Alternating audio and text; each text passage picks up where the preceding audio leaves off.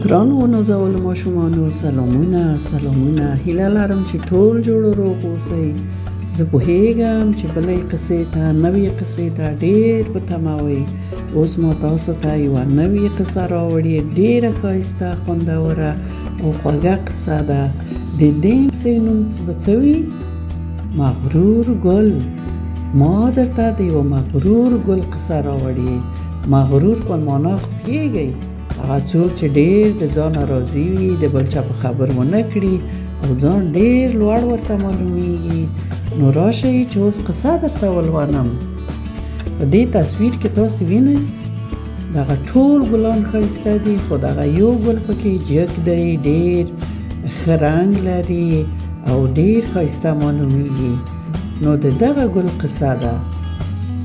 راشئ چې درته قصه ولولم. په یوه شنه او ښایسته باغچه کې یو ډېر ښکلی ګل و. د دې ګل رنګ او ښکلا له نورو ګلانو توپیر درلوده. د باغچې نورو ګلانو له نازه ورته څه ویل؟ ګلابو ویل. نو ځکه ګلابو ورځ په ورځ ځان ته مغروره کېده او غرور یې احساساوه او ځان سره یې ویل: ته ما ته وګوره، زما ښکلي رنګ او ښایست ته وګوره. نو زه ولې د نورو عادي ګلانو په منځ کې په عادي باغچه کې پاتې شم؟ نه داسې نه کېږي. زه باید یو لرې ځای ته ولاړ شم چې هلته یوازې زه او زما ښکلا وي او خلک به راته حیران پاتې شي. ښه قصه خو مو واورېده. دا ګل نو ځان ته ډېر په غوره کې و، ډېر چې زه ډېر ښایسته یم، زه باید د نورو ګلانو په منځ کې نه اوسم.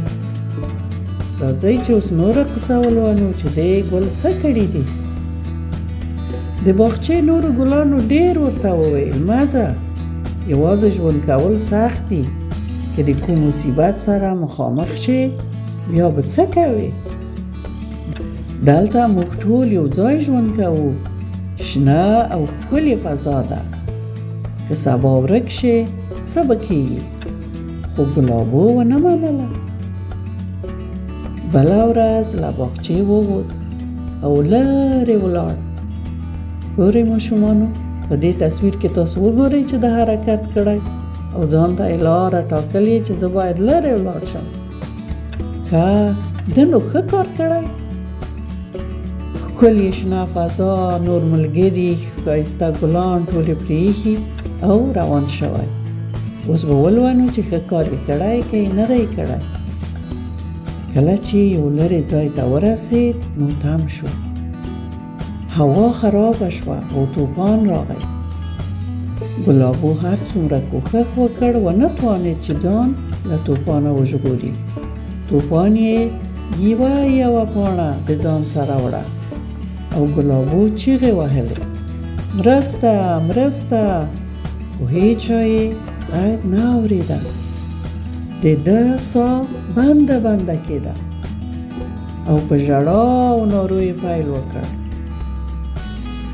وای بیچاره، دلته خو مې بیخي زړه ورته بد شو، مګر خپله ګناه یې ده چې د نورو نه بیل شو، باغچه یې پرېښوده او لرې ځای ته ولاړ.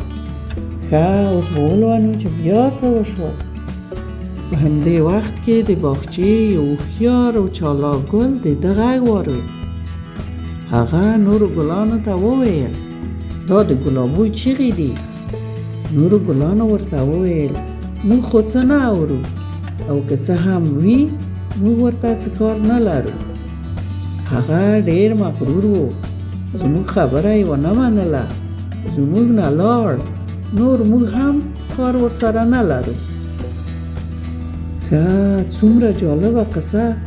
اوس به نور درته ولولم چې بیا څه شوي ګرانو ماشومانو.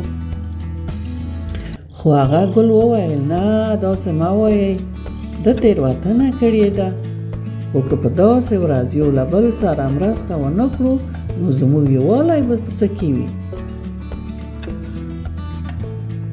نو بیا هغه د څو نورو ګلانو سره په منډه هغه لور ته چې ګلابو چیغې ویلې لاړل. په په همدې وخت کې طوفان هم لږ آرام شوی و. کله چې هلته ورسېدل ګوري چې ګلابو په یوه تش میدان کې هلته ناست دی، ژاړي او څو ګلابي ښایسته پاڼې یې هم طوفان ترې وړي.